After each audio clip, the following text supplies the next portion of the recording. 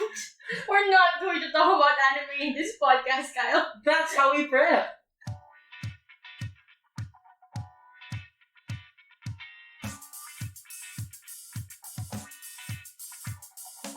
Hello everyone, welcome to another episode of Debatable with your hosts Nina and Kyle. She's Nina. He's Kyle. And in the last episode, we talked about some concepts and arguments and definitions that you could use for social movements debates. But today, we're going to be putting those concepts to the test. For today, we'll be prepping a government for the motion this House should exclude privileged allies from discourse that is integral to the identity of the social movement. We want this episode to be as genuine as possible, so just a little reminder, it would be completely normal for us to sort of go off tangent and talk about like anime or... What? We're not going to talk about anime in this podcast, Kyle. That's how we prep. Okay, fine. That is a disclaimer. If anything wrong happens, we just want to say that that's actually how we prep. And hopefully you gain something from that and you learn something along the way. Okay? So we'll be starting prep now and we invite all of you to listen in. So Kyle. Bathroom break, please. No, I'm not allowing you to do that in this podcast. Okay, first thing to do is identify the context. Yeah, I think the first context that we should look at is most movements now, they're not just isolated from a community. It's almost always collaborative. And the main principle here is that social movements have figured out that they can't get anything done if they are not inclusive of people who are not involved in their movement.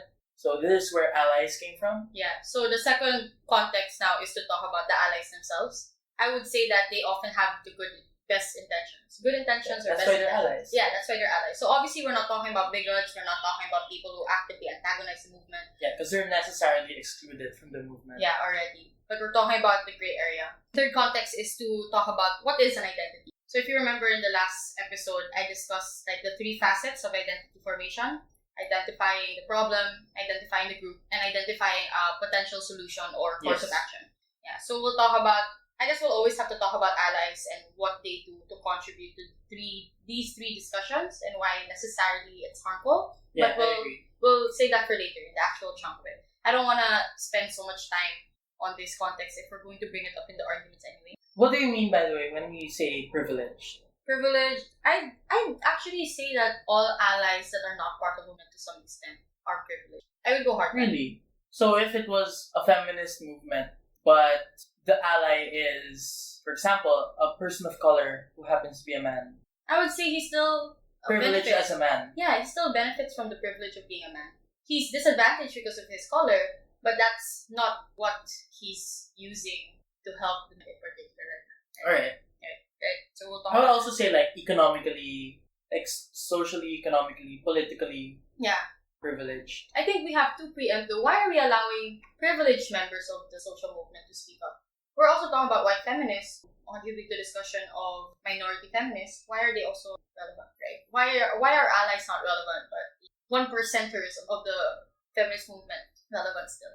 Because they're still part of them. Like, they still have, to some degree, those experiences that only women, for instance, get to experience. Okay, fair. So there's like a baseline. Yeah, so the standard, I think, is the experiential nature of being part of the movement, not as an ally, but as an actual member. Okay, so the stance is to say that as much as we value the contributions of allies, it shouldn't be in the form of helping the identity formation. Maybe they can help in the next two steps, the proliferation and the strategizing. But you have to ensure that it's the movement itself that's leading the way and not being hijacked. Whether or not this particular type of collaboration with allies is something that's beneficial or even necessary or principally consistent with the movement already. Okay. So three burdens that are mostly inherent to motions like this week. These are the three burdens we love using. So is it justified to exclude them? Why is their presence necessarily harmful? And what's the benefit of the absence of these allies? Yeah. Okay. So we're done with that. Let's go to the argument. Yeah. I think there should be two, obviously, pragmatic and principled one. So like, principally speaking, why is it justified to exclude allies in these conversations? I think that's the argument we discussed last time about necessary exclusivity. Or necessary exclusion, sorry. So why are their inputs necessarily different or wrong? I won't say that they're necessarily wrong, but I don't think that it necessarily represents the members of the movement either. Okay. There has to be some sort of like a genuine experience that comes with participating in those discussions. Okay, so the first reason would be like the degree of experience, and why I'd say also proximity to harm, because you are the most affected. Yeah. You have the most say. That's a good point, because I think opposition will bring up the point that like they have the right to participate because they're also going to be affected as allies. Yeah, but Because they're the ones who are going to have to participate in the mobilization and proliferation steps. yeah, but I they'll don't also think be that's- affected by the policies that end up happening.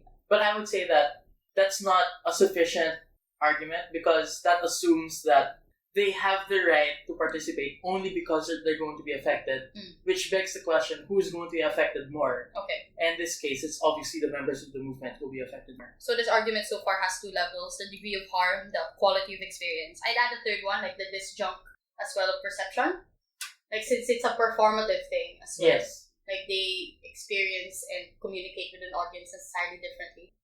I agree. So a man might think it's easy for a woman, for example, to present herself as powerful, but women might not always be comfortable that way, or they might know that like everyone else in the community won't take it nicely, or might even result in backlash. So because there's a disjunct in the performance aspect and how the audience perceives them, it's also necessary that But I also think that opposition might now be able to say, well, if we're talking about backlash, why don't we think about the allies also, because they're outside the movement, so they have like an outsider's perspective on how these actions might be seen by the greater majority. I think that's jumping now to the second argument. The discussion itself on the equality of what they can contribute. Like, that's pragmatic already. Alright. Okay. So, basically, we're done with the principle. Like, Alright, talking about yeah. the quality experience, etc. So, second argument now. Nice segue though. Yeah, nice segue. Second argument now, I think, would be, like, how does this affect identity formation? I want to discuss this personally in two levels. First level is, what's the harm of the participation of allies? And then what's the benefit of their absence? Yeah. So what's the harm? Well, I would say that the harm of having their participation is that a lot of the times they might tend to monopolize these discussions on the basis of their privilege. So this is worst case though, right? I think that's the worst case. Like they Yeah. monopoly worst case. So I'm writing things down. I guess the less severe case would be, even if they don't monopolize, they muddle discussions by introducing ideas and perceptions that might just make it harder for women to unify, or a movement to unify under one banner. What do you mean? Like, example? Like, for example, a man says that men are trash is too aggressive. Then it means that if the movement as a whole try to implore men are trash as a strategy, even some women won't agree with it, and therefore, like, collective action is harder to achieve. Well, I have two responses to that if I was up. Okay. First, isn't that an okay like discussion to have?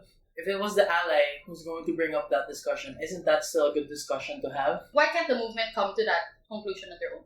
Like, if it really was a harm, or if there really was a problem with the strategy, I would say that the movement itself is smart enough to identify it. They don't need the help of an ally. Yeah, and that leads me to the second response. My second response is, if your argument is that it's going to muddle the discussion, isn't the fact that they can have these conversations on their own also in a way like muddling the discussion internally? But I would say that it muddles to a less degree, because an ally that's privileged necessarily has more power still in the negotiations compared to women, or compared to the movement itself. If the movement has internal discourse, I'd say that's fine, because more or less they're on equal plane. But if a man tells you your strategy is wrong, aren't you more likely to incline to listen to him just because he's a man? I see. Okay. So I think the point of that is, even if in the worst case that we're still going to have muddled discussions, it's still principally fine. Yeah. Because at least there's an equal opportunity to engage with one another as opposed to having a privileged ally. I think opposition will definitely talk about the Taylor Swift example of white feminism. Yeah. How do you respond to that? Why is it still okay that we have very successful white women that might even tend to monopolize discussions to the detriment of like black women, for example? That I don't know. Let's stop and think. Who do we ask for help when we don't know which way to go? Tama. Back. No, that's wrong. It's Wait, the map. It's the map. I'm sorry. It's the map. Okay. I'd say that people still warn these, still calling them out. But because they're still part of the movement, there's less aggression. There's more of an incentive to correct Taylor Swift's narrative, to draw them or draw her to your side, compared to if you try to correct men, because there's it's an outsider. It's mostly met with immediate opposition or immediate aggression. Oh yeah, I see that. So correcting one another will always happen. Yes. It's just a matter of where it's more productive. I see. Okay, Yeah, so I two agree. levels, like either they get monopoly or either discussions are muddled, and then I'll integrate a lot of the preemptions to discuss. Yeah. Okay, so why is their absence now good for identity formation? This is the second part of the second argument. Why is their absence good? I think it allows members of the movement to have a space where they can just openly talk about what is the strategy moving forward, who are we even, how do we define our own community, and this type of independence is crucial because it's only when you have that independence do you have the most consistent type of identity that will result from those discussions. Okay, so first level is how the discussions end up becoming productive. Yeah. So second level, I think there's more of a form of unity then. Like if my first harm earlier was that the movement ends up becoming divided because of an outsider's perspective, if it's within, they're more likely to reach a conclusion faster. Yeah. Or reach a unity in terms of how they go forward from here. Yeah.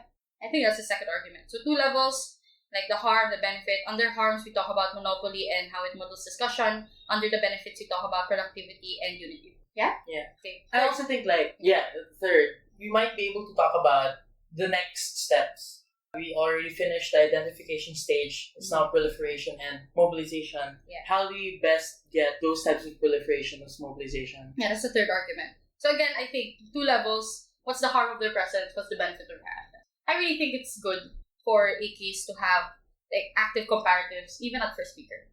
That's just a side note for you listeners. Hello. We haven't forgotten about you. Really? Excited. Okay, so harm. How do they harm the mobilization? I think one, because there's no unity, the movement in itself is scattered in terms of what they do. So one part of the movement is trying to forward like men are trash, and then the other part is trying to like fight for like active equality and seeing men as equals. So it's less likely for it to be streamlined. It's less likely for there to be consensus. Yeah. For what the strategy should be. It's more likely that the movement will be fragmented. Okay, fragmented. I like that. Yeah. Any other harm? And the reason why it's more likely to be fragmented is because if you have these allies who are already privileged, it's much more likely for sections of the movement to go like, why should we listen to these people? Why should we like use this strategy if it was, I don't know, tainted by the participation of people who aren't even us, who don't even understand what we're going through? So the second part is, not only is it fragmented, it becomes counterproductive. You might even backtrack certain steps or undo certain progress because you don't agree with the strategy and then you try to do something else. Yeah.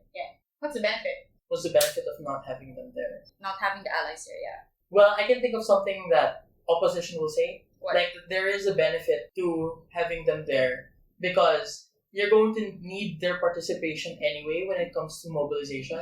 So at the very least, they're more likely to participate in the mobilization if they also had a hand in forming the strategy to begin with.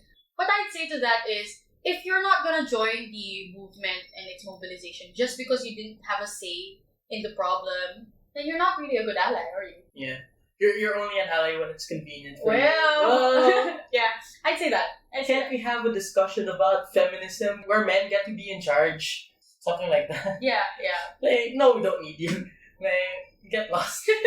Yeah, so I think that's also the benefit there. Like, you end up having like a better base of allies. Like, you filter the the allies. quality of the allies that you're gonna get. Yeah, anything else though? I think that's it. I didn't make an anime joke. It's okay. We have time. I will make my case and then you can just start talking to the podcast about your anime. So I'll be back. I will give you a rundown of what the case ended up looking like. But while I'm writing, here's Kylotera. Don't leave me, man. That's the last step of prep. Or you have to think of POIs. Well, I go. Whoosh. What POI? Okay, let's think about what opposition will say.